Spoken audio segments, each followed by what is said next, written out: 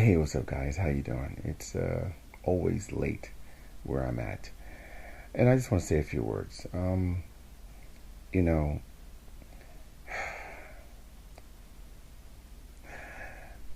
when you are doing bad, when you think that you cannot make it, when you are on your last leg, your last dollar, I always feel that that the kids, and I say kids, and I say women or men, little boys, little girls, when they're in a predicament, and I mean as far as being molested or raped. It's such an incredible feat to not to say overcome it. I'm not saying when I say overcome it, I'm not saying they forget it. I'm not saying that they don't remember. And I'm not saying that they push it to a side. And some people do. But there's always, always, always, if you want it, always a silver lining. And you can get out of the situation if you put your mind to it. I know at the time it's going through, it can be extremely meek, and you don't think this is going to see the light at the end of the tunnel. But these things can happen, and it will be a light.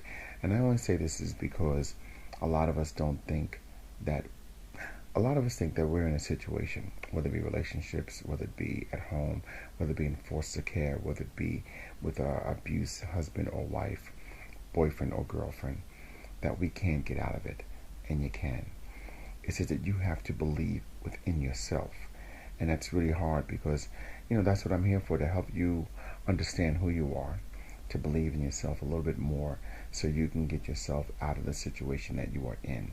When we don't believe in ourselves and we put ourselves down, whether it be internally, physically, facially, we allow the world to get in and tear us apart. Because we don't have that inner voice to say that you are beautiful, you are fantastic, you are smart, you're intelligent, you are great, you are perfect just the way you are.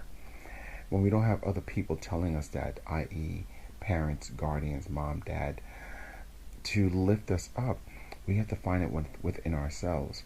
And finding it within yourself is probably the hardest thing you can probably do.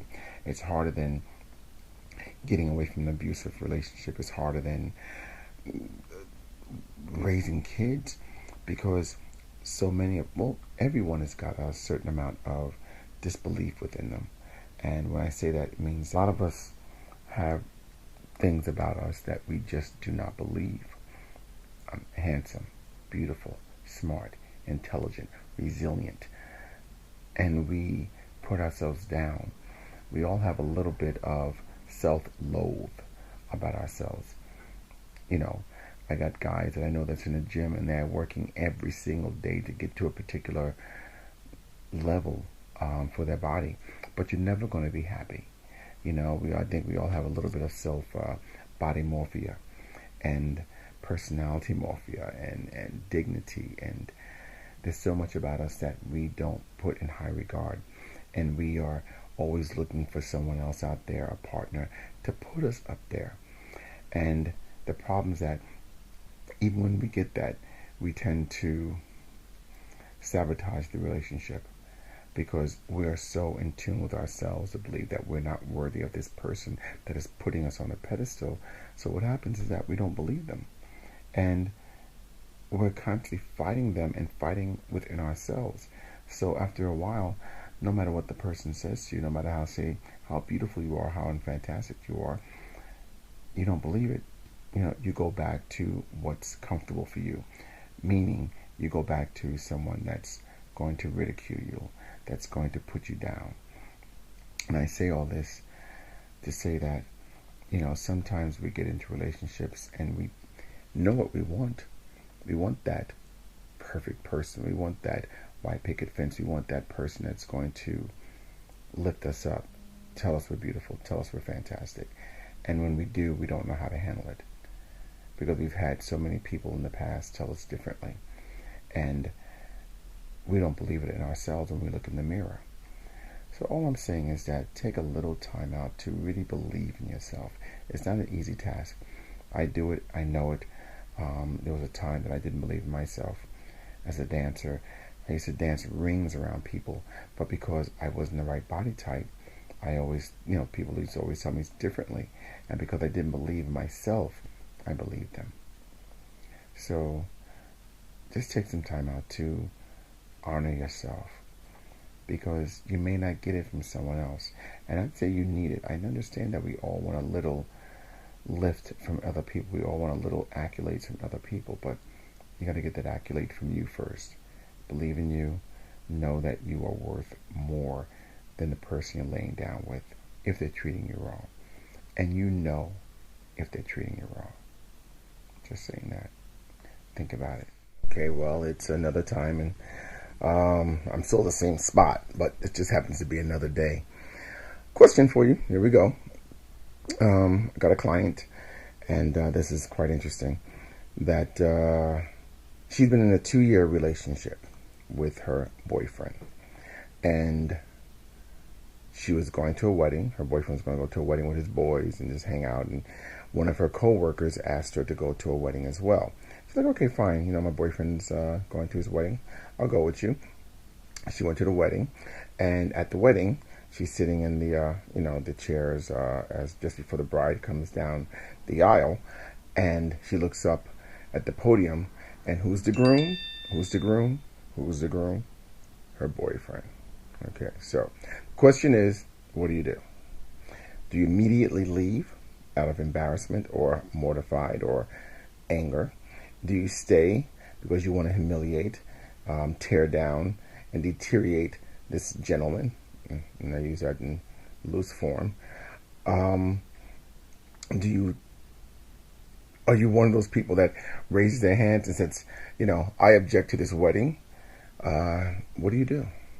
Now, I just personally think, out of being just vindictive, of course, I'm sitting in the front seat, across my legs, and look at them, my arms folded, and just cannot wait for him to look at me, so I can give them that eye, like, I know you, I got your number.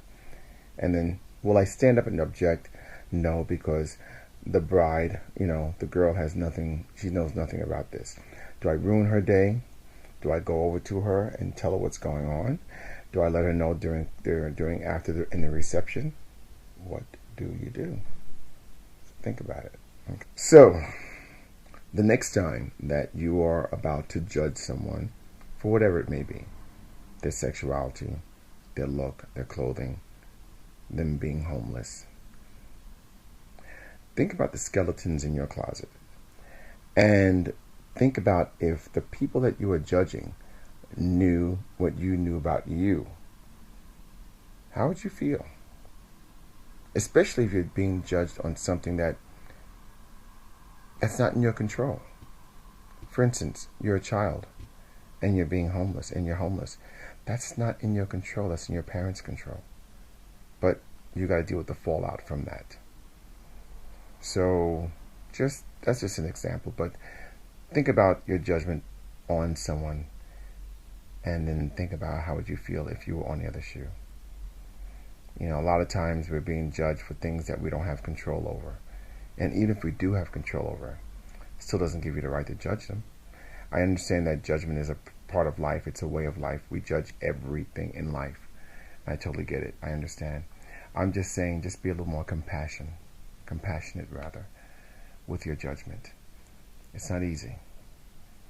Whether you're black, whether you are a race that's not accepted as much, whether you are transgender, whether you're gay, whether you're lesbian, whether you're homeless, whether you are a person that has an ailment, whether you are walking around with crutches or in a wheelchair, or you're on drugs.